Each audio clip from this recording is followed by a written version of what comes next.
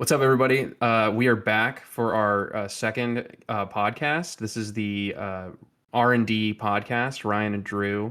We're back to talk about video games, some things around video games, maybe like pop culture, whatever Yeah, sort of trickles yeah, in, but just here to talk about things we like.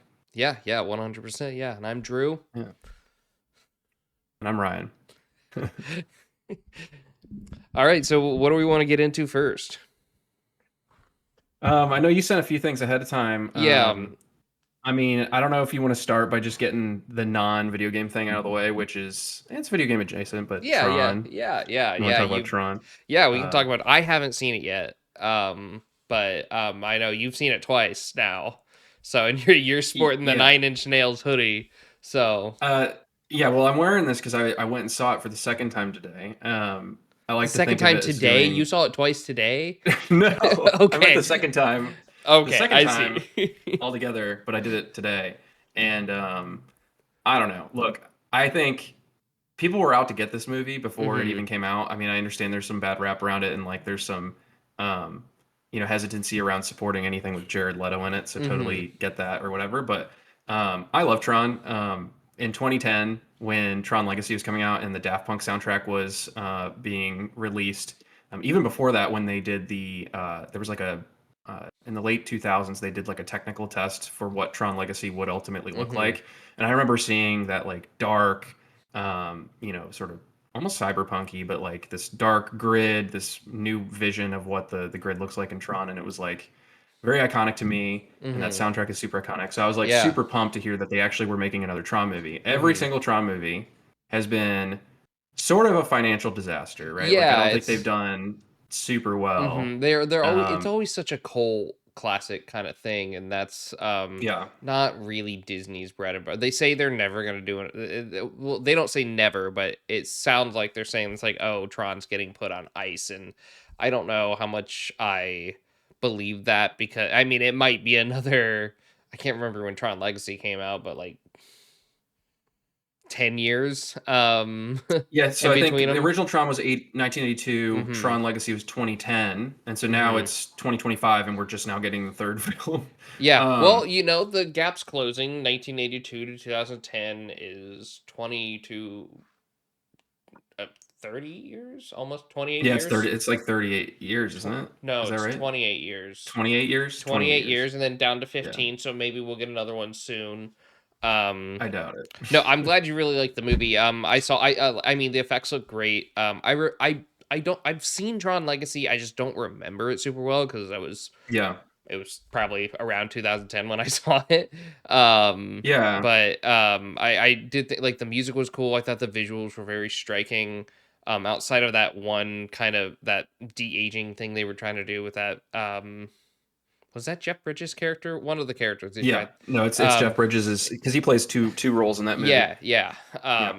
And so that was the only kind of uncanny valley stuff happening, but like that stuff's also kind of fun at the same time. Like you go back to Oh, those it's movies yeah. and like anything with like kind of freaky CGI and stuff is almost nostalgic.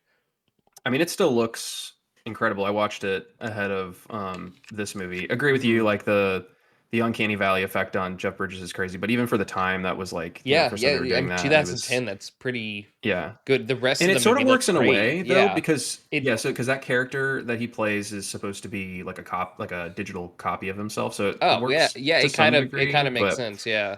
yeah, but that movie and this movie couldn't be more different in terms of pace and and like the way that it treats its audience. To be honest, this hmm that movie Tron Legacy is actually a very slow burn, and actually not the most action packed movie that people might remember. Like hmm people remember the light cycles, the disc battle, and all that hmm stuff. But in reality, there's a lot of just like people talking or just like these long sequences of just like landscape shots that are. It's more of a feeling than it is anything else. That movie, but this one is just like sort of way more in your face, like no time to breathe, no time to think and take it all in. It's like we're moving from one thing to the next, and that's to its detriment. I think it's just like chaos. It's tripping over itself constantly. But the again, like it's keeping a tradition, right? The first soundtrack was done by Wendy Carlos. The second soundtrack was done by Daft Punk, and now you've got Nine Inch Nails stepping in, and they Mm-hmm. make this like awesome booming soundtrack that really drives the film in general. Like I think Mm-hmm. it sort of overpowers everything else. It's the visuals. Like I think there's only two people that need to be two groups of people that need to be praised. One is the people who made the soundtrack, and then two is the probably the computer graphics people at ILM, Mm-hmm. Industrial Light and Magic. Like they absolutely killed this thing. Mm-hmm. Really cool movie. It's more of just like I said. It's more you know, it's not like the most like deep plot. You're not going to walk away with Mm-hmm. some huge Yeah. revelation from this movie. It doesn't Yeah. have that much to say, but it was a really cool experience. Yeah. That's good. That's good. I mean, I Yeah. think like it's always nice to see the perspective of people who's just because I know plenty of people online I think have mostly been criticizing like the plot and stuff like that. That's Hmm. why they didn't like the movie, but it's always nice Yeah. people who are saying it's just like, yeah, but this movie still hits for me because I mean the soundtrack and the effects, everything just comes together and it's what drives the movie for me. It's one of those things where like it not to like, I don't mean this in a judgmental way, but it kind of falls in like that almost like guilty pleasure territory of being like, you Hmm. know what, like this may not be perfect, but I love this thing to death. Um and you're making me want to check the movie out as well. So I'll probably watch I was Yeah. planning on watching Tron Legacy sometime this week, and um maybe sometime in November I'll try to go catch a showing of it or something. And then we can talk about it a little bit more at length, because Hmm. I'm not super familiar with Nine Inch Nails music. Like I know who they are, but I'm not super familiar with that, and like it'll be nice to go back to this franchise. I've never really, I also haven't seen the original, so I'll probably maybe try to watch both of them. So If you have patience for older movies, I would recommend it. It certainly is a product of its time. I mean it you're was it was a moment in time, and I think it's like a really cool it was on the cutting edge mhm, of visual effects at the time, but yeah, mhm. it's dated in a lot of Oh ways, yeah, but I've seen bits and pieces of it. I remember trying to watch it. I was like, oh, but I feel like now yeah. I'm a little bit more patient with that sort of thing. I mean, like I grew up on Godzilla movies, so like if we're gonna talk about weird effects and stuff Yeah. like that, that definitely falls in into the very silly kind of corny, doesn't really age well of effects, but sort of thing. But I will say, like, both times leaving the movie. So I saw it in IMAX twice. The second time I saw it in 3D IMAX, which was mhm, I definitely recommend that. Do that first, just see that to mhm. see it that way. Did But you go if you to can, the State Museum or I went to the State Museum, so I didn't nice? catch any of the Limax stuff. Where Yeah, the I don't know. Do you know much about Limax? About how they have these screens that are technically IMAX certified, but they're really not the full size. A yeah, lot of yeah, AMC locations yeah, have that yeah. crap. They do. Yeah. Um, but every time I left the theater, the people around me were saying that was way better than I had expected, or way better than Mm-hmm. what I had read online and that sort of Mm-hmm. thing. So I think all that early critic response, I think, sort of dampened things. Mm-hmm. I think the noise around Jared Leto also Yeah. created a little bit of a swirl as well. It's But Morbin time. um, we might not get any more Tron ever again. So this might be your last chance to go see it in theaters Yeah. because it's bombing hard. Like I think it's at 103 million right Oh now dang. globally, and it was at Yeah. 180 million budget. So Jared Leto it's being cooked. attached, I think. I mean, some people are saying it's like it doesn't matter if Jared Leto is attached or not. I'm like, it 100% matters if Jared No, Leto's it does. attached or If you, not. I mean, if you just go online and you see the conversation about the movie, it's all centered around that. I mean, I think people love to hate on stuff, right? Especially, Mm-hmm. the online pitchfork people can get pretty, Yeah, yeah. There, it's a up in loud arms. But few as well, but yeah, it can sometimes affect people going to see it, and like it's interesting what gets audiences into theaters stuff, because like I'm one of the people that like I'm generally like, oh, I live far enough away from a movie theater, it's not really cheap anymore, and I the theater that I like more is even further than the one I don't like as much, so like I hate paying hmm, $15 and going into a theater that has this dinky little screen. I'm just like, feel like I'd have a better time just watching it at home. Like, yeah. um, I mean, I think the IMAX experience is yeah, still stellar, like the true agreed, IMAX experience. agreed. I saw Oppenheimer But there, and yeah, that was a great one. that was great. I mean, we were like front row too, so we're just like just Bet the staring up bomb looked real big. It did. Well, it did and it didn't. I was like, it's like, wow, I'm sitting right here on the IMAX screen, and this is like probably the most disappointing part of the movie. That bomb was so underwhelming.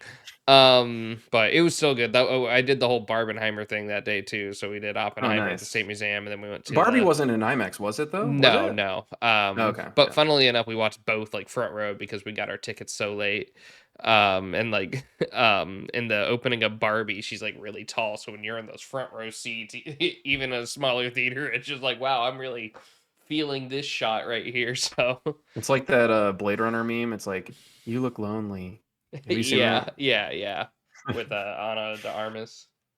Yeah. Um, but yeah, Tron's been like my obsession of the month, so we Nice. don't need to linger too much on it. I recommend people go see it. I will See it definitely while go you check it can. out. Okay, yeah. And let's see, were there any other non-video game topics that we had? I Um, think that was really it. I think so too. I mean, Yeah. I guess we could talk about Game Informer. That's kind Yeah. of not a Yeah. game specifically, but Yeah, but it's definitely related and like we're a little late to the party, but Game Informer is back with their physical editions and I have two of them right here. I don't have the latest one the I believe it was Ninja Gaiden, but I've got their Borderlands 4 and their Vampire the Masquerade Bloodlines 2 with way too long of a title, and I'm loving it. It's such a long title. It's like just I agree. let's call it Vampire the Masquerade. But Yeah, it's been so like I mean, completely side topic, but it's been like 20 years since the last game in that series. I didn't yeah. even know about the first game. They could have like to your hmm point, they could have just dropped the subtitle. Like And it's old enough I now. talked to I talked to a friend who's a huge fan of that first game, and it's a different studio making the second one, and they're already Hmm. remaking a different and like one studio started making it, and then they got closed or something, shut down, and then another studio picked it up and started over from scratch. Hmm. It's like it's not Bloodlines anymore at that point because they're making it very different than the original. I guess I don't know that much about it, but from what I read in the Game Yeah. Informer, I was actually surprisingly interested. I think it looks pretty fun. I'll probably try it out at some point, probably next year. It's not a Hmm. it actually might think it's coming Yeah, out isn't it soon. out very soon? Think it comes out Yeah. like next week. Um Hmm. and it looks cool and I'll wait to hear reviews about it. That'll probably help me make the decision, but I mean I've got so many games I still have to play this year. Well, that's what I was thinking as well. Sorry. Just like about Game Informer in general, right? Like I think Mhm. Borderlands 4 was a great comeback issue, Mhm. right? I mean, Borderlands is a known popular Mhm. franchise. I think it's also supposed to be, that game was supposed to be a return to form. There was some excitement around Mhm. it. So having that as the cover story, I think was really cool. The past two issues, I would argue, I think it's good to spotlight all sorts of types of games, but it's like two back-to-back issues where the cover story is about a game that's sort of like I don't want to say mid-tier popularity or like Mhm. mid-tier. It's just Yeah. sort of games that are being lost in the noise, at least for me personally. I think there might be Mhm. some excitement about Ninja Gaiden coming back, but even that Mhm. is seeing a lot of differences from like its historical Yeah. series, and Yeah. it's being funded by Xbox, which Xbox has been getting a bad rap as well. And then there's like a brand new character that's on the front of the cover. I saw some noise online anyway about just like the cover, not just the cover stories being about games that are not always, the most exciting at this point, Mhm. but also like the actual cover art for the issues has been very sort of bland. I don't know if I Yeah. necessarily agree with that. I like the Borderlands Yeah, 4 the one, Borderlands 4 one looks but great. The Vampire the yeah, Masquerade, I I'll think so agree, is too. kind of boring. Well, and then they continued the trend with Masquerade onto the Ninja Gaiden issue where Mhm. it's just a character on the front and it looks Yeah. kind of, not too But I really interesting. like the stylized ones. I mean, I remember one of my favorites was the Assassin's Creed 3 one. Yeah. That's one of Yeah, the all the concept coolest. arts ones Yeah, are that really is one of nice. the Yeah, coolest agree. cover arts slash concept Yeah. arts in a video game, and I'm pretty sure I had that as like my phone background for a really long time. Mm. That Yeah, image is so sick. I had the Halo Reach Game Informer Yeah. cover as a poster growing up.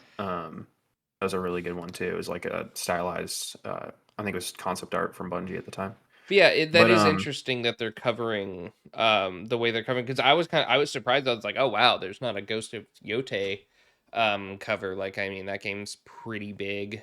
I mean, I'm biased. I'm about Sucker Punch and the Ghost franchise, but mhm. yeah, I was interested to see. I was like, oh, it's interesting seeing the cover art. But I also remember sometimes like it's like whatever game I'm excited about doesn't always end up being the cover game, Yeah, and it might have been too late for game and for Ghost Yote, because sometimes it's weird because sometimes they have it like months in advance, and sometimes it's like maybe a month in advance of the yeah, game like right coming when the out. game's coming out. Yeah. Yeah, so that's always interesting to I see, mean, I think but in terms of timing though of the issues coming out and stuff, it doesn't seem like they've hit their stride necessarily mm-mm, yet. I know like the first issue coming out had a bunch of mm-hmm.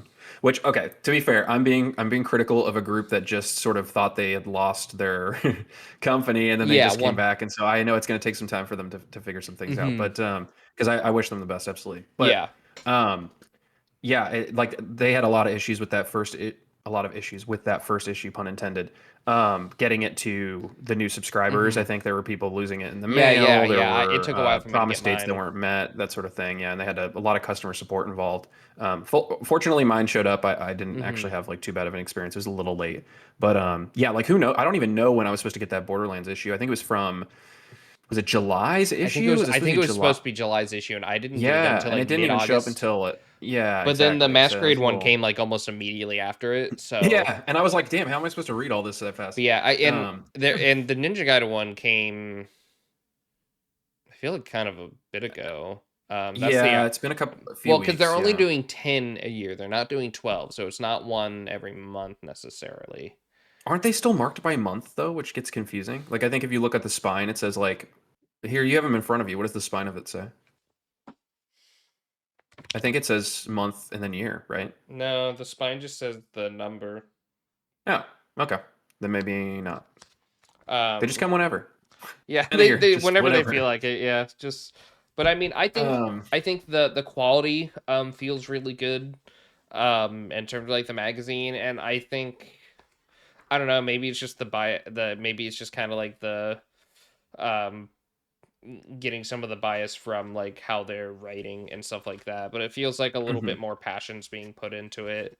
Like there it feels like they're kind of articles about things we wouldn't like. I feel like we got in like older Game Informer, but we didn't always get in mhm. like the more recent stuff. I mean, I haven't been subscribed to Game Informer for a while. Yeah. Well, they had a killer deal up front, right, to Uh-huh. subscribe ahead Yeah, of their this one was comeback. So that awesome. was, Yeah. yeah. So it was a great Um, deal, yeah. and yeah, it's been really nostalgic. I mean, they touched on like the I mean, I think they started to branch out from just video games for a while, but they did stuff on Yeah, they the have like some the board Elder game stuff in Scrolls. there. Yeah, the Elder Scroll. Yeah. That's like $200 Elder Scrolls board game. Yeah, it would be cool Um, if I could afford yeah, it. right. Who knows? Maybe we'll eventually go in on it together or something. But I think it's been very solid. Like it's been really fun to read and get like the reviews at the end of it like they used to, and Yeah. I think it's been really fun, really solid. Um, and I it's felt nice that like they're independently run now. So oh yeah, totally agreed. You don't have to give money to GameStop, which is yeah. just a black hole, honestly. I had a subscription to whatever the GameStop, what is it, Pro membership for a year. Mm-hmm. Just because like I bought the PS5 Pro last year and Mm-hmm. it basically paid for itself when I did that. But yeah, it's they're going downhill.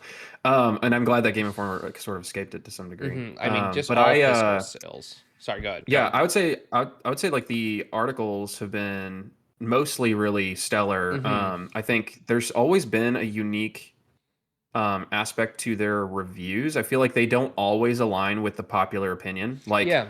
you saw really good reviews for Death Stranding 2, which I have not played yet. I'm Mm-hmm. hoping to get it soon and play through it. But really good reviews across the board, and then they were actually reviewed it a little bit lower. And like hearing that perspective is always nice. It sort of keeps you honest in terms Yeah, of, I 100%. mean, not Like, everyone has the same experience with a yeah, given game. So I exactly. think they always have Mm-hmm. had something different there. Yeah, 100%. And like and that's the thing with any reviewer is like taking it with a grain of salt. Like if you find Yeah. a reviewer that you tend to agree with, then that does help a little bit. Um, but yeah, it's nice seeing that um people who and I think it's interesting how like the rating system is seen, because when you see a game at like a 7, people are like, oh, apparently it's like not that good. But it's Hmm. like, no, that's still pretty darn good. That like it's still like Yeah. solid. It's like it didn't blow my socks off or anything, but I had a good time. I finished the whole thing. Like it's not I didn't stare at the wall for 20 minutes after playing it because I just couldn't contemplate the emotions that I felt playing through the game. But like I had a good time. Like just like it was a good game is what a 7 means to me. Hmm. Generally it's just, like, but like, and like 8 means like I was like, yeah, that was very good. 9 is that was phenomenal, and 10 is Yeah. holy shit experience. And like even Hmm. a 6 is kind of like it's seen as like, oh, this is a bad game, and it's like I mean, if you think it's a bad game, then you should be rating it a 4 or like a 2 or a 3. Like Hmm. Yeah. so I You can still think get something out of a yeah, mid-tier game. Yeah. yeah, 100%. And so it's interesting, but like most people, it's like, I'm not gonna go with anything under an 8. Hmm. That a lot of I mean, to reviewers be do. fair, we were So just talking about how crowded the landscape is, and like, mhm, you only have so much time. yeah, And so I do understand people wanting to, make sure that their time is well spent on, and maybe they filter things that way. But yeah. I don't know. I think it's good to give things a chance for Yeah, yourself and decide for agreed. Yeah, yourself. if you're interested in something and you can afford it, definitely Yeah. go for it. I mean, that's kind of how it was for me with like Assassin's Creed. Like if there was a lot of varying things online, I'm just like I played every Assassin's Creed pretty much. And I tend to enjoy them, even if like I wasn't a huge fan of Valhalla, but I still played through the whole thing. I had enough fun with that one. And so I decided to try Yeah. Shadows, even though like there was so much around it. Um, Hmm. and it's like, yeah, I gave it a shot, and like, do I, a part of me is like, yeah, I kind of wish I didn't spend 60, 70, whatever dollars, $80 on it. But like, Yeah. Well, it'll be that's, bargain bin later. yeah, yeah, yeah. Maybe I I should mean, go. Borderlands is already on sale. I know we're gonna talk about that in a little Oh bit, yeah, but yeah, 100%. But yeah, I think Game Informer has been great. I did want to give a shout out really quick to one article in the Mhm, most, not the most recent issue, not the Ninja Gaiden issue. I haven't read that one front to back yet, but the uh, Vampire the Masquerade Bloodlines. Are, yeah, that one. There's a really great article in there. I don't know who wrote it. I don't remember, I can look it up. but it's about just the current state of the industry and the overspending that's been occurring. I think is very interesting. I mean, I know there's been a million different takes online, but the amount of data and actual information that was collected for that Mhm, write up in Game Informer, I think, was really great and informative. Essentially, we saw like a huge video game bubble during COVID, right, where there was a ton of spending going in, a lot of hiring, mhm, because people were spending more time playing games. Reality is that we haven't been able to get people to shake things like Fortnite, games that were released like over almost like 10 years ago. Not, I mean, mhm, yeah, it's like 8 years, something like that. So really difficult to get people to purchase new live service games. Really difficult to get people to, buy games in general because they keep playing the same ones. And then obviously people aren't putting as much, don't have as much time as they did during COVID. oh, So the joy is all reason that has like enough. backfired. Is it the Yeah, op? is that the one? Does it show? What does it say? It's by Brian Shea, the executive editor.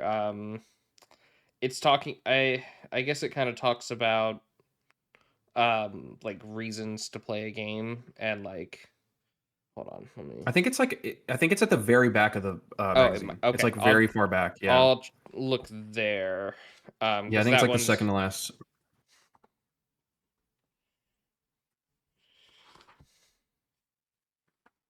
I don't think But I I think read it that talks a one. little bit about the acquisitions that happened around the Yep, this COVID is it. timeframe, Microsoft Number overspending. I go mean, up. yeah, Mike yep, Futter. I hope I'm pronouncing his name right. Mike Futter, Futter.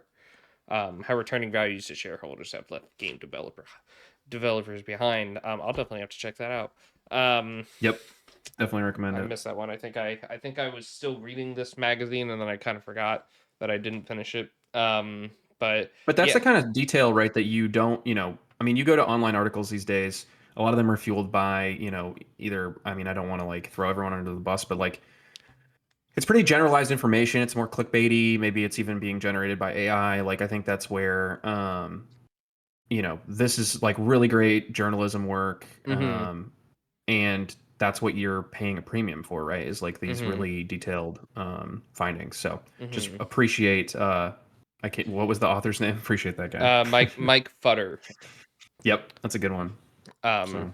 yeah, yeah, and it's great to have articles that are like discussing these sort of things and getting really into kind of the parts of the gaming industry that aren't always talked about in the mainstream part of the media. So, um, and I think everyone is always waiting for the game industry to find better footing, like it felt like it used to have, and Hmm. we can kind of go back and get more of those double A titles that kind of help define some of those generations, the PS2 Yeah. and PS3 era, rather than like just hearing every other day that some game has been canceled after they dumped Hmm. $300 million into it. And I don't understand how, like it just it like there's so much bloat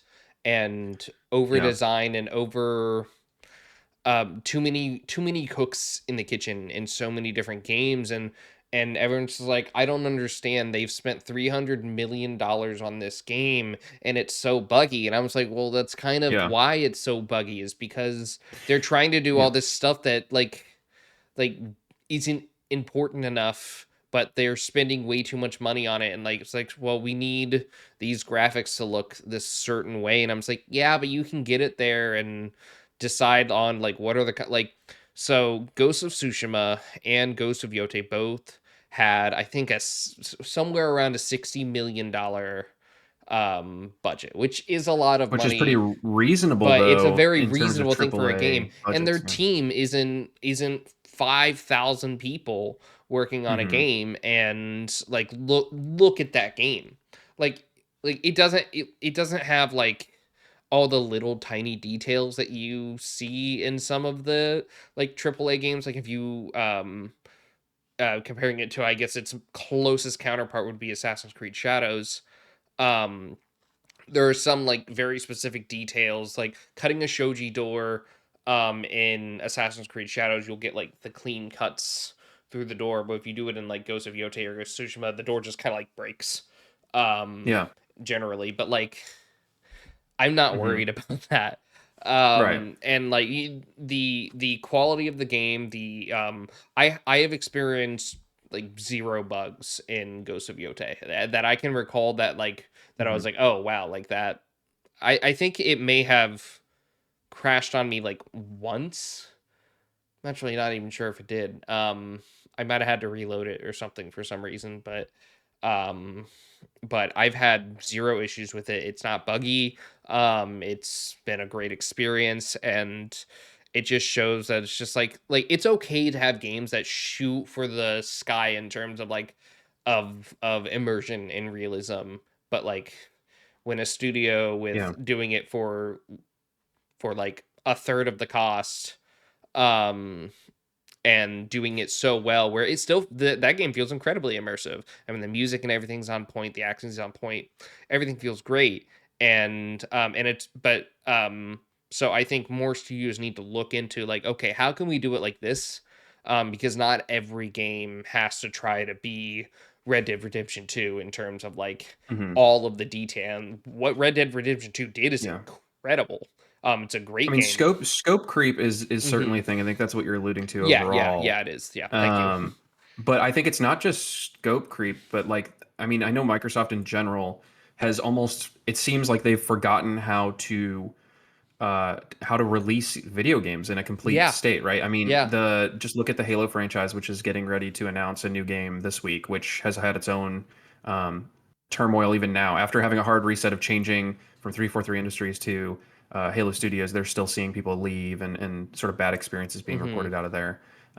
Honestly, hope whatever they're working on turns out well, but what they've been doing, right, Microsoft in general has been heavily relying on contract work. So not only are you expanding the scope of projects, continuing to invest money in it for years and years and years, it's taking so many years to release a game anymore by any Mm-hmm. studio, right? It's like Yeah. instead of like 2 to 3 year development cycles in the 2000s or 2010s, you're looking at 6 years at least. Mm-hmm. Yeah. I mean, it's going to be 100 years since the last Elder Scrolls by the time Elder Scrolls 6 Mm-hmm. comes out. Ghost of Yotei But came out in 5 years from Tsushima.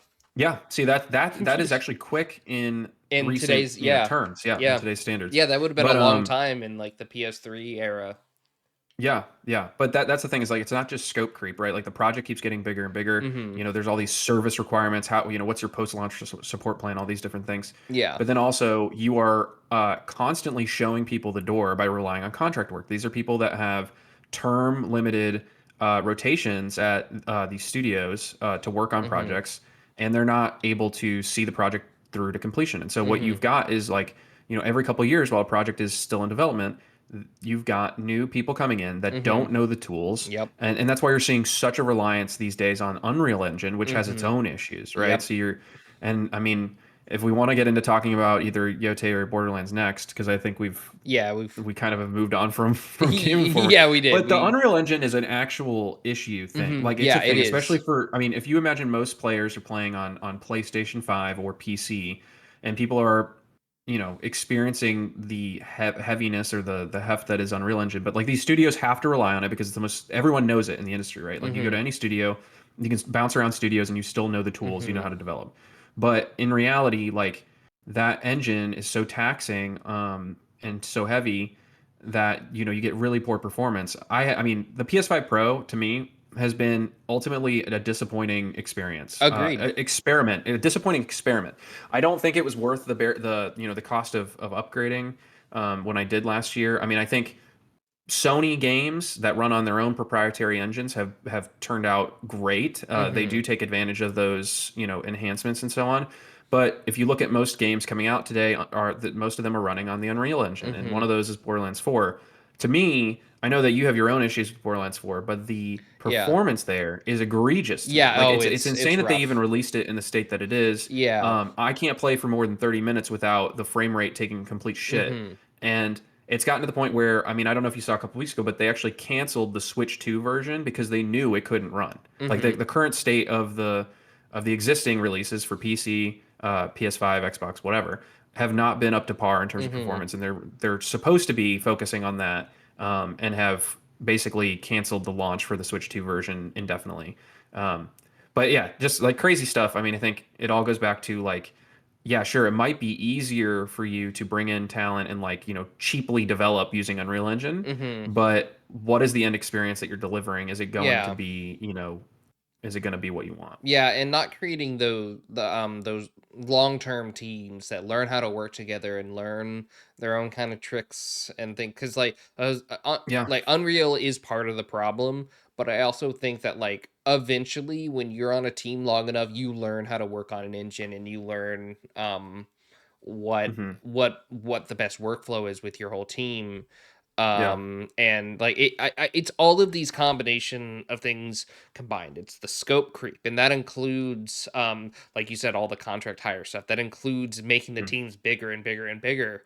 Mm-hmm. And Live service. live service stuff is a killer. I mean, Naughty Dog has spent so long on that that online Intergalactic, well, that game that it's not a games as a service. It's just been in yeah, development for a yeah, while. it's the But you were Last you of talking Us about The Last of Us? Yeah, Last of Us factions Online. too. Yeah, Yeah. and them canceling that because Bungie was like, you Yeah. guys need to spend like all your time on this basically, and it's like, oh, we don't want to do Hmm. that, and like, but they already Right. built this game and apparently it's like, pretty good, and it's just like I don't know. It just kind of feels like long gone. Or it's like what happened to just like having this nice little expanded like online thing added to Yeah. it. It doesn't have A to like I'm. self-contained thing. It has a start and a Mm-hmm. finish. You release it completed, and you Mm-hmm. move on.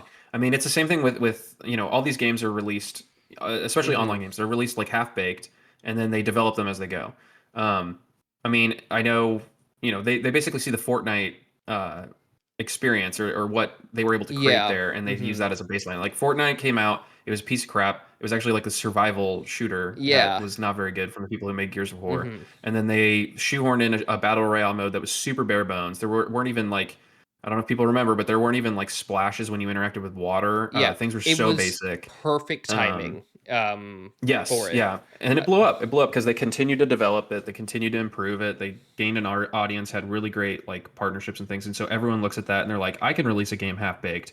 I can build the plane mhm. while it's flying. It's like no, because that's going to be a money pit, and you're not Yeah. setting up your people for success because you're going to, you know, they're Mhm. basically hinging on the survival. Their survival is hinging on the success of the game that they are building mid-flight. It's just not Mhm. a good model. Yeah, and well, it's just the idea of like how like everyone loved the original Last of Us. I say everyone, but a lot of people really loved the original Last of Us factions, and so like Hmm. all people wanted was just like a updated one that was in a part of The Last of Us Part Two, and Yeah, it feels like and then they try to make an MMO instead, yeah, basically. yeah, they tried to make it like this whole its Yeah. own thing, and like while not necessarily a bad idea, and it seemed like they probably had something good there.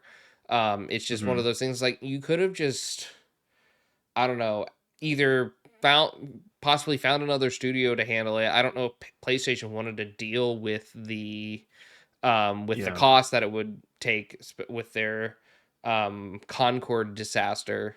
Of That was such a weird thing for me. It's like we're gonna spend a shit ton of money on a game, put it out for about a week and a half, and then throw it away and not try anything else with it. We're just gonna be like, oh, this didn't work immediately. It wasn't an immediate huge success, so we're just trashing it. And it's just like I didn't pay that much attention. Are you there, Ryan? Oh, I think I might have lost him. Yeah. Um, Hopefully it's not my internet. Are you there? I hear. Oh, can you hear me? I can hear you now. I think your video's frozen. Um, I'm Okay, pretty there you go. You're sure back. that. Okay, you can hear me now. I think Hmm. our internet went out for like a second. Okay, you're good. Um, It's just. Oh, sorry. Are you? no, I was just looking actually because I on the side I was looking to see if I got into the marathon playtest. Your Hmm. comments about your comments about Concord reminded me of that because there's a closed NDA playtest Hmm. happening this week for that game, Hmm. which that could be Concord 2.0 if they're not careful. I mean, Yeah. the yeah, Everyone's wanting this immediate success thing with it, and it's just like what happened to like letting yeah, a game build. And like it's just this thing where it's like, okay, if we can throw a bunch of money into it and it becomes an immediate success like Overwatch um and Fortnite and stuff like that, and there's like this is then we'll make our money back super quickly. And it's just like hmm, you're not willing to take the chance on like the long game because they sunk so much into it, and they know that they'll have to sink yeah, more into it to get it to a state where they will get it and build their audience, and they're just not willing to do that.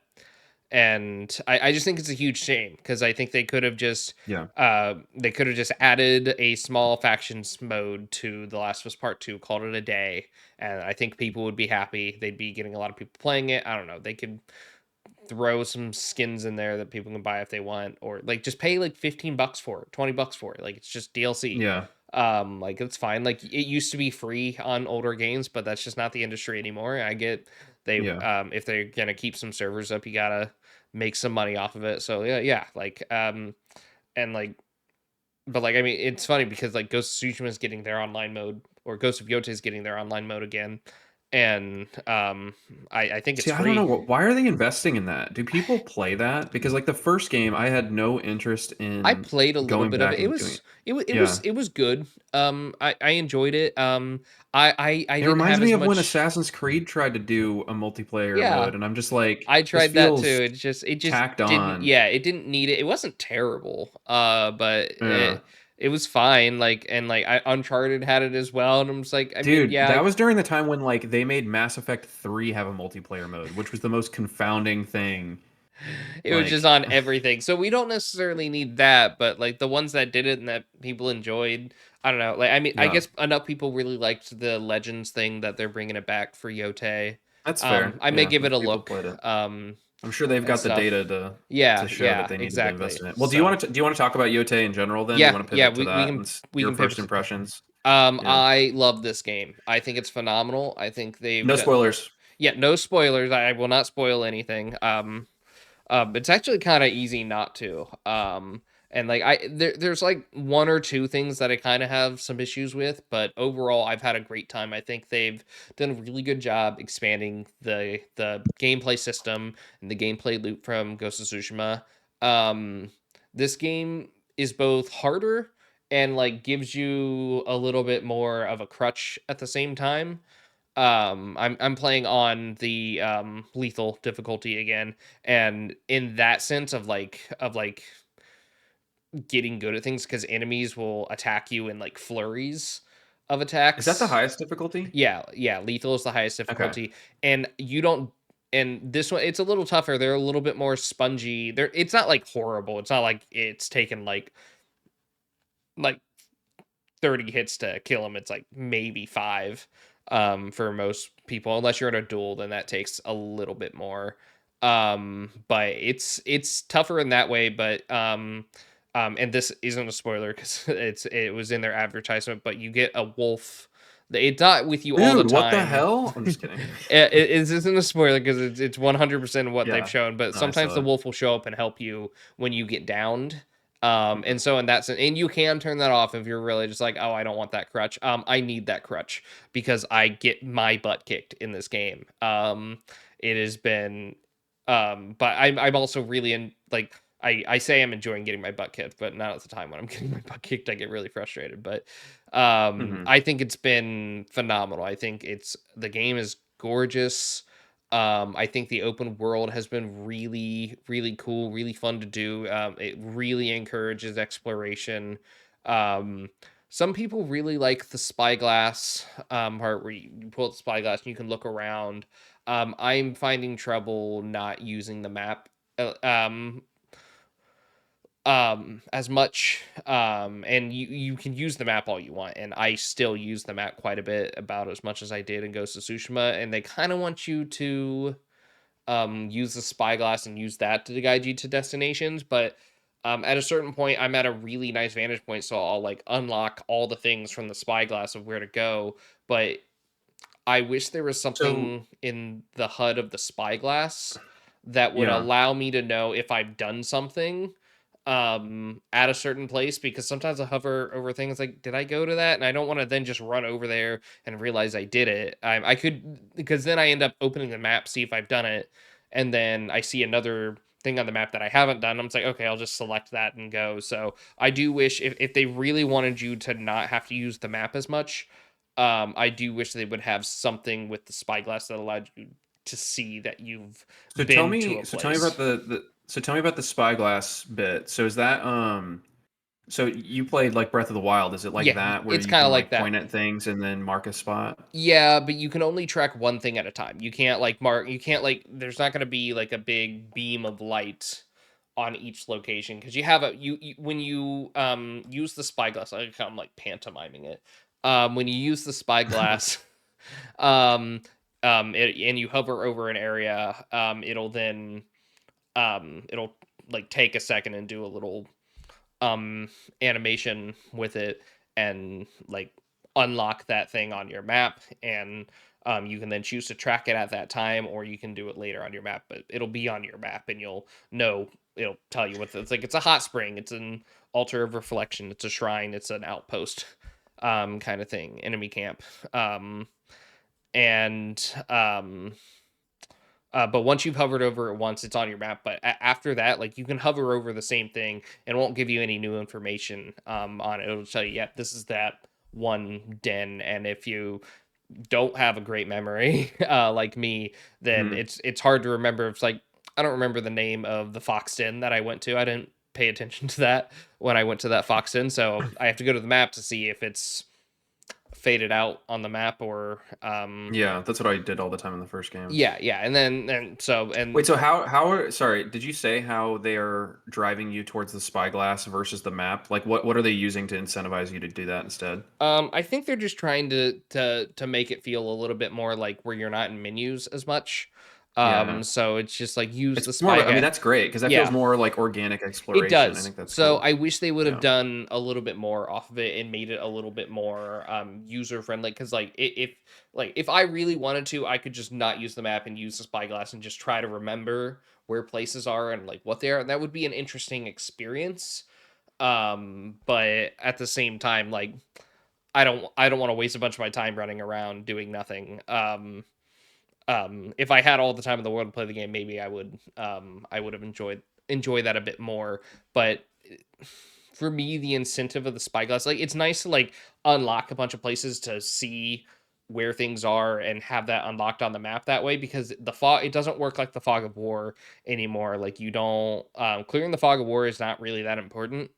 Um Using the spyglass, and then there's this character slash um vendor that sells you basically these points of interest on the map, so you can go to him and you can buy, like, his whole thing is like he's being paid by the local clan to go and map the area, and you can buy certain things, like there you can buy like here's an altar of reflection, here's a shrine, here's this, and you can buy those from him. And then there's a small mini game about placing them in the right spot on the map.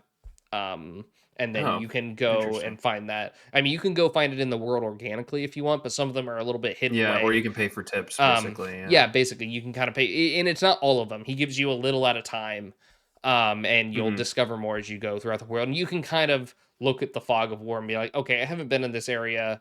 Um, Let me go to this area, and you can open up your spyglass, and that helps you kind of see some things that might be there. So that is helpful and that is nice. But Mhm. I don't find myself using as much. I feel like the game wants you to, and I just wish there was a couple more quality of life things with it. Mhm. But overall, I think Um it's great. I Combat's great. I wanted to ask you about so like something I was hoping for the sequel was that the towns and like civilians and so on would feel more interactive or like Hmm. alive. Is there any improvement to that? A little, yeah. There's not really that much in towns. It's kind of a lawless. There's still Um, kind of villages like small yeah, and yeah, like that. and Yeah, you don't really get to interact yeah. with a lot of NPCs. But when you're out in the world, there is more to run into. You have more, like, I mean, it's not just like Mongol patrols. There's people that like kind of hide, waiting to attack you.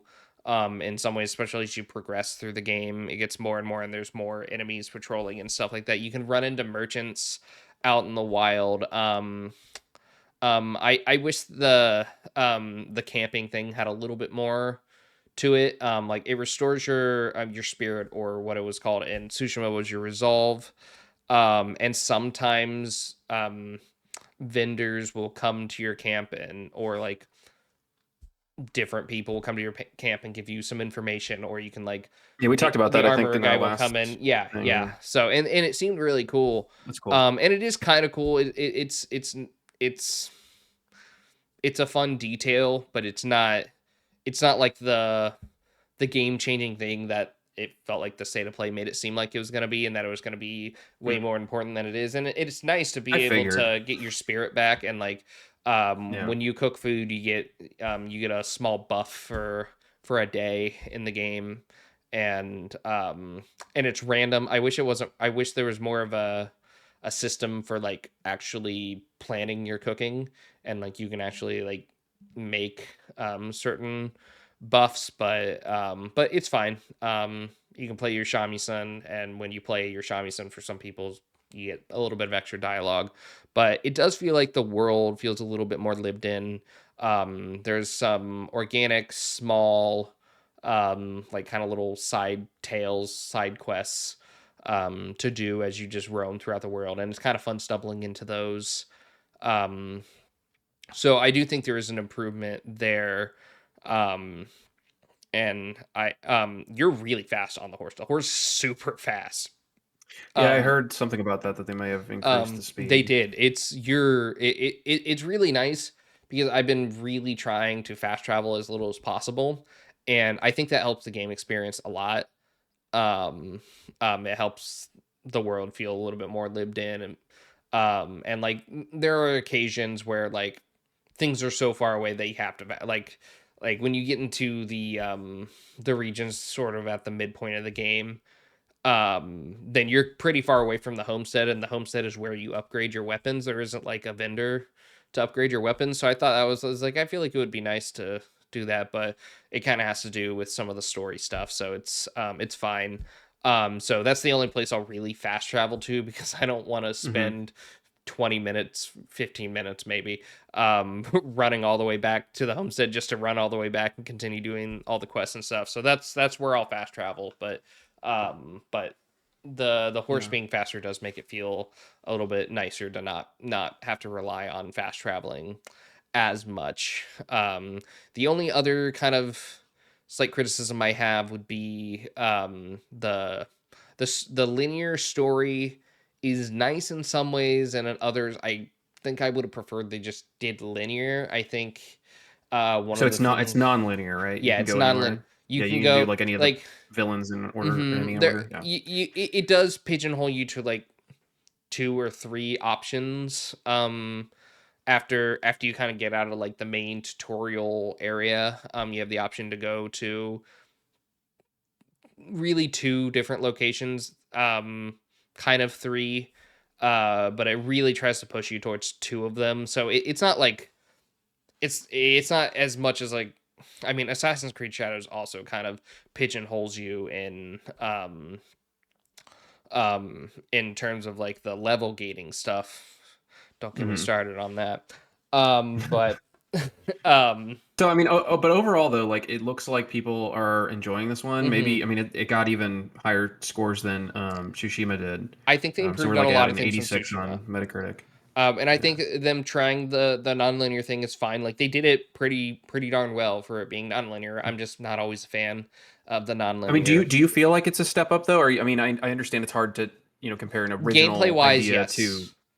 Okay. Gameplay wise, yes, it feels like a very solid sequel. And like some people are like, oh, they didn't change anything. And I was like, do you expect like a whole new art style and them to just be like, okay, this is Ghost of Yotei and it's gonna be an entirely different game than the last one? It's like, no, it's gonna be a sequel. It's gonna follow up and use a lot of the same systems and but Yeah. branch up upon them. I do wish um the leveling um your like skill tree was a little bit more in depth. It kind of Mm. falls into the you get like so many charms, and like some would have been useful as like permanent abilities that you could get. And but like otherwise you're not really going to use it. And you only get a limited amount of charms to use.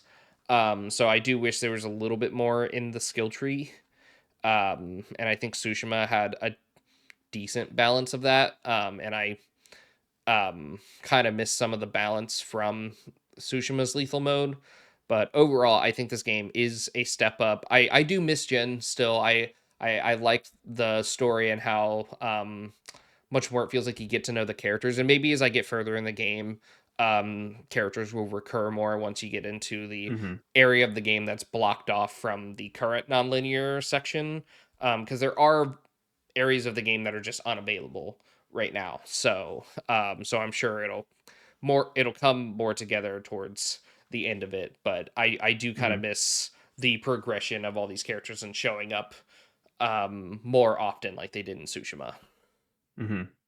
Yeah, I mean, I think Sucker Punch has a tradition of now changing the Hmm. protagonist but keeping series going, and Yeah, I think yeah, that always sort of upsets some people. So yeah, I'm not surprised to see some people online saying this or that. But I yeah. think back to your point though about it being just like a improvement on the previous one. I think there was some anxiety before this came out that it was going to be down the same route as like God of War Ragnarok, right? I think Mhm. just Sony has had during this PS5 generation sort of a track record of releasing sequels that are, slight enhancements or improvements on Mhm. their PS4 counterparts. Like this generation hasn't really left its own mark or Mhm. created its own sort of landmark Mhm. yet. I Yeah. think that's just been a common complaint. I don't necessarily agree with that. I think this year is like Yeah. full of great games. Yeah, I agree. And I'm excited to jump into Yeah. this. I actually think during like it's going back to more tradition of like how games were developed previously. And if we want Mhm. to go back to talking about reducing development cycles, right? This came out in 5 years, not the 6 years that we're seeing for Mhm. most studios, six or more. And so that's probably a good thing, right? That they were able to build off the foundation that was built before and then deliver another excellent experience. I think it Mhm. was the same with God of War Ragnarok. If you go back to the PS2, like I said, like you had Jack into Jack 2 that built on the foundation of that previous game. Ratchet and Clank, the same thing. Like and those are all great games. God of War as well. We got the original trilogy, Mhm. or the two on the PS2. But Mhm. anyway, I don't know. We got a few minutes left. Do you want to pivot to basically just like what are we playing? We can talk about Borderlands Yeah. 4 Yeah, first, and then 100%. Yeah, go into yeah. that. Okay. Yeah, so we've Um, both been playing Borderlands 4, and I guess I'll let you start on your experience with yeah. that. Yeah. So I had mentioned earlier I have major complaints about the performance. I think it's to Mhm. the point where I have not really been driven to play as I much. I feel the mean, I same. think it's been difficult because you and I have been trying to play through it together, Mhm. and I think there was a lot of excitement going into this that. Like not just from me, like from other people, that this was a return to form. Like they were, they learned from the mistakes of Borderlands 3 in terms of tone, in storytelling and how that was sort of just leaned into cringe humor. People didn't enjoy it. I think there's still a lot of noise around Randy Pitchford in general. So like I mean I think he's like kind of a piece of shit online, and so people um, don't really want to support the game from that lens as well. But Mhm. ultimately, I think they had some good PR leading into the release, and then the game came out, and I think the performance has been less than stellar. Again, running on Unreal Engine 5, sort of trying Mhm. to deliver this open world experience, which I do think is Yeah. an obvious you know next step for the Borderlands Mhm. universe. I think Yeah. if you go back to the original Borderlands, that Game Informer article, when they revealed it, when it still had the old art style, they actually had planned for it to be open world. So it's Yeah. really cool that they've now finally been able to deliver that Yeah, yeah. original vision. Um, but it's running on Unreal Engine, and as we know, with these big worlds trying to get modern consoles to run on it or run those or run Mhm. the Unreal Engine at that level is just it doesn't Mhm. go super well. Yeah. So yeah, it chunks along. I mean, like 30 minutes into gameplay, I'm seeing like extreme frame drops on PS5 Mhm. Pro. Yeah. I'm not seeing Yeah, it as so bad as you are. I think it's weird that the PS5 Pro is having more issues than the base PS5. I mean, it's not that weird. It's just it the optimization of the game clearly is being affected by whatever like kind of scaling they're using um um for their graphic shaders. And like I don't know that much about this stuff, but like it's clearly something to yeah. do with like it's not utilizing the pro system properly because of the way that whatever it's scaling is, which where a more powerful system is supposed to run it more efficiently, it's almost taking up more of it and making it run worse because it's not So properly. supposedly it has a known memory leak Yeah, issue. So the that's longer probably you it. play the game, I think longer than 30 minutes. I know. I think Digital Foundry has talked about this in depth, but essentially, the game just starts to chug, which is unfortunate, right? Mm, If you yeah. close the game, restart, you will have that smooth 60 FPS experience again. Mhm. But obviously, I don't want to restart the game every Every 30 30 minutes. minutes, that's nuts. Yeah, no, it's pretty um crazy. So hopefully they're working on yeah. patches. I Mhm. mean, we're a little whiles out from launch now. It Mhm. launched over a month ago. I know. Yeah, so hopefully there's something coming because I am enjoying. I think the moment to moment gameplay, like the Yeah. the loop of going to go get quests, going Mhm. and finding things in the open world, and getting new loot. Obviously, the loot is extremely rewarding. Mhm. I think coming out of playing years of Destiny 2, and that game's just gone down the absolute toilet. Um, I was hoping for something that would scratch that itch again. I think it does in most ways, but it's just a shame that it's bundled in a package Mhm. that sort of feels like it's like duct taped together or Mhm. not finished. Um, I think Also, we've talked about the UI being pretty crummy. Yeah. Previous Borderlands games had very simple UI. It Mhm. needed to be updated to some degree, especially if you're Mhm. trying to get into like character builds, Yeah. build crafting, and then also just like trying to make loot Mhm. and weapons more dynamic than ever. Right now, you can cross pollinate between manufacturers. They have all these different traits and things, Mhm. but and they have different firing modes and things. Yeah. But that's come at a price. Like I think that the UI that they've introduced here is cluttered and messy. They've Yeah, it's taken some over-designed. inspiration from like the Destiny layout, but they've executed it like way worse. It's not even I'm close so sick of the comparable. the the the Destiny cursor. Tabs at the top, Um and then yeah, cursor around. Yeah, it's fine.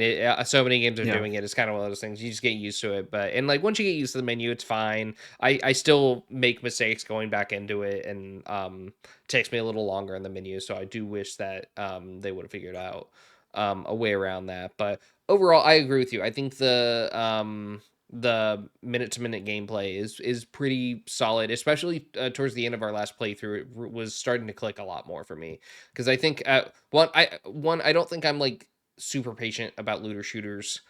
So I think that's another thing is like I kind of at a certain point start to get tired of having to switch my weapon up every single time and learn a new weapon and understanding I don't understand the meta as much, so I have to go and do Hmm. extra research for it, which is fine.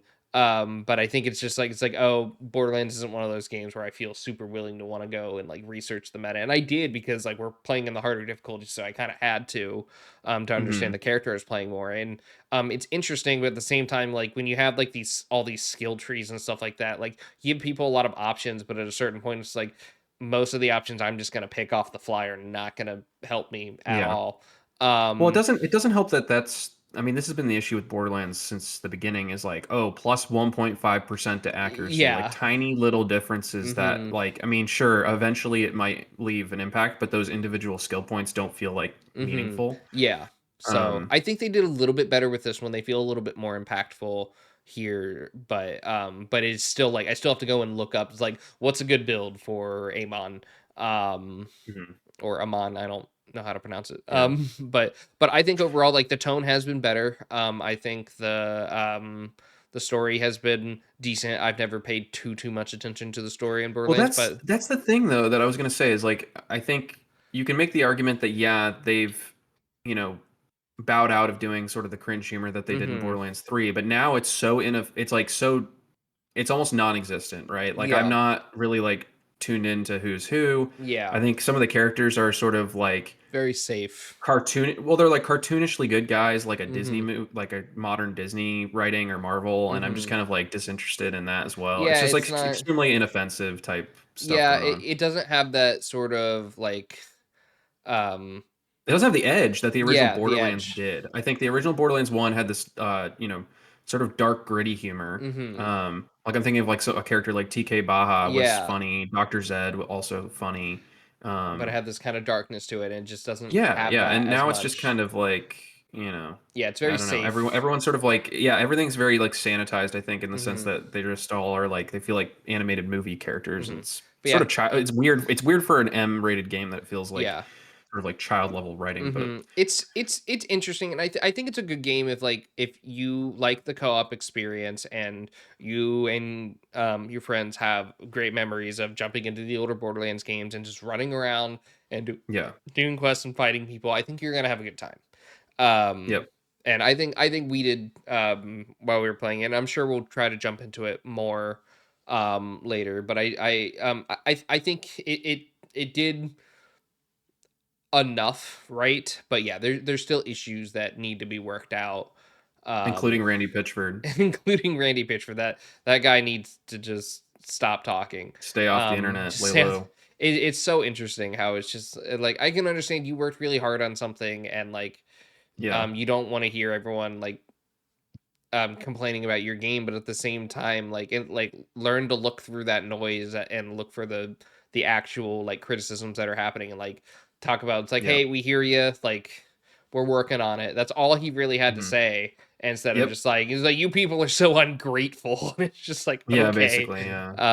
But yeah, not to put words in his mouth necessarily, but No, but that's essentially it. yeah, that's essentially what it was. But yeah, So so do you want to talk about any other games that you've been playing?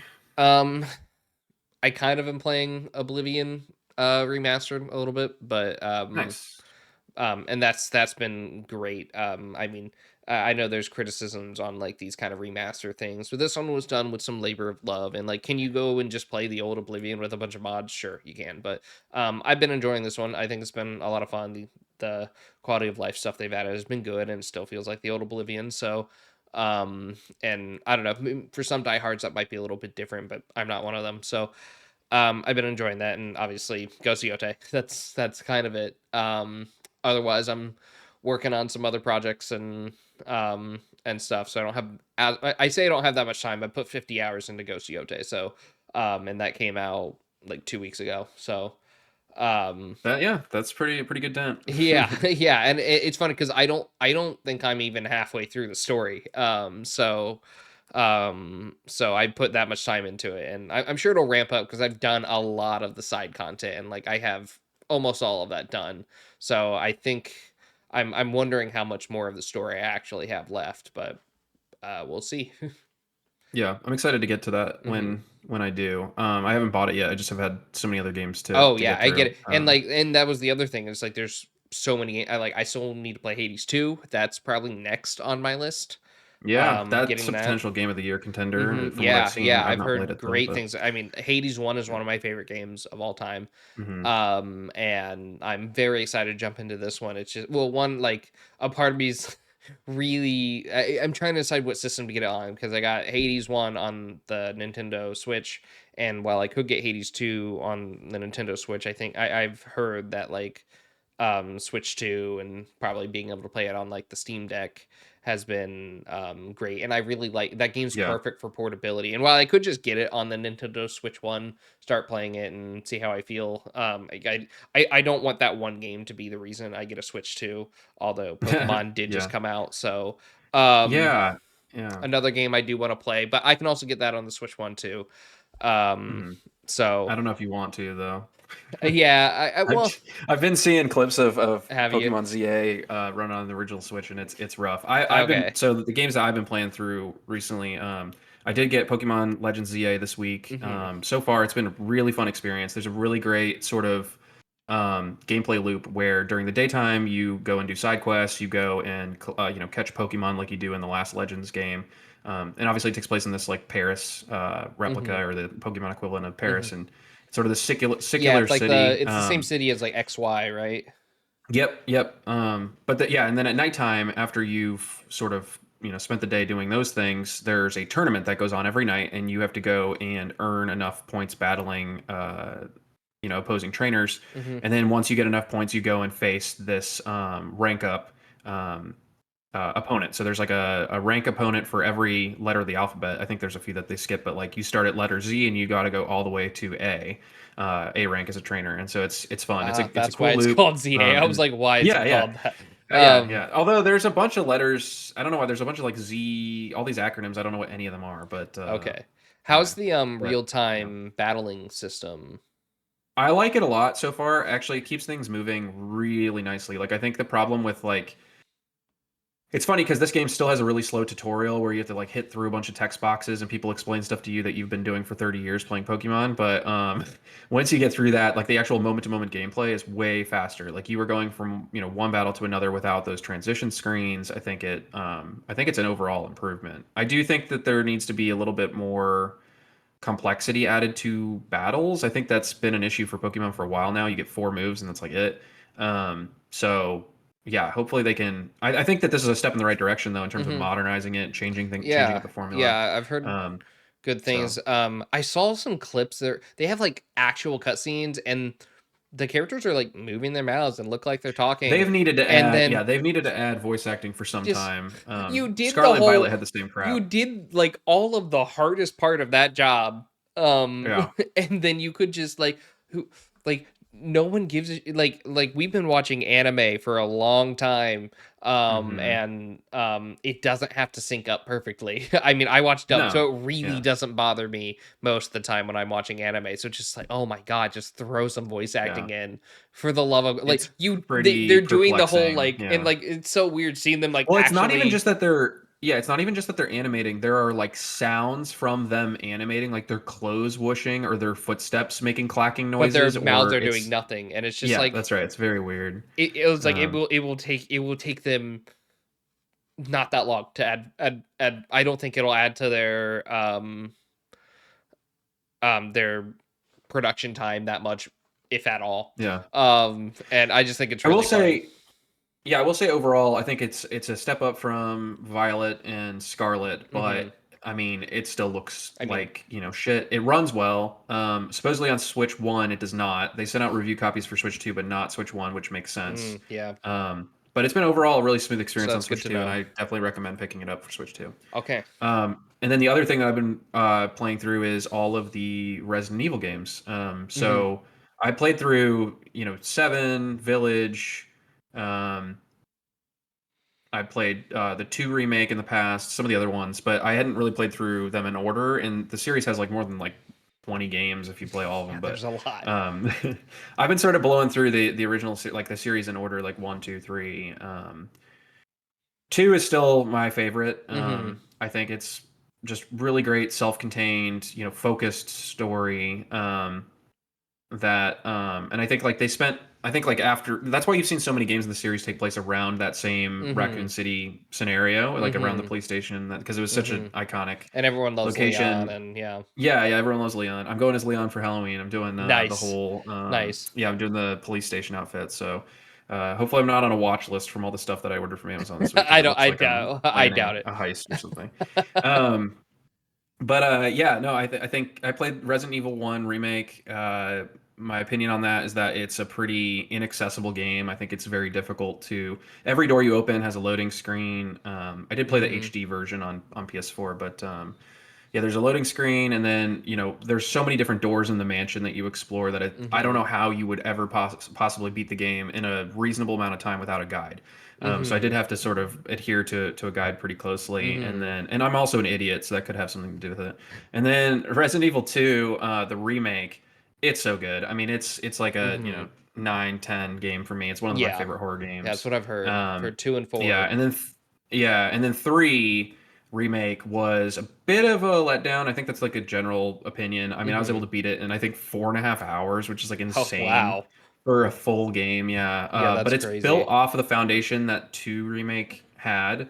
And so it's pretty much it could have just been an expansion for that, really. But Yeah, now I'm I playing feel like through sometimes they would, 4. that era of games would do that. They would, like, try to release it as a full game, but it's really Yeah. kind of just what essentially would Hmm. be DLC or an expansion. Um, Right. Yeah. so kind of just a product of its time for sure. But no, Mhm. that's really cool. Yeah, and oh, I want to talk about Pokemon more. But we can do that next time. Who knows? Okay. Maybe I'll have gotten it. I probably won't get a Switch too, but we'll see. That might change. We'll just have to wait and see on that one. But I definitely want to talk. Oh, I guess I'll ask one question. Who'd you pick as your starter?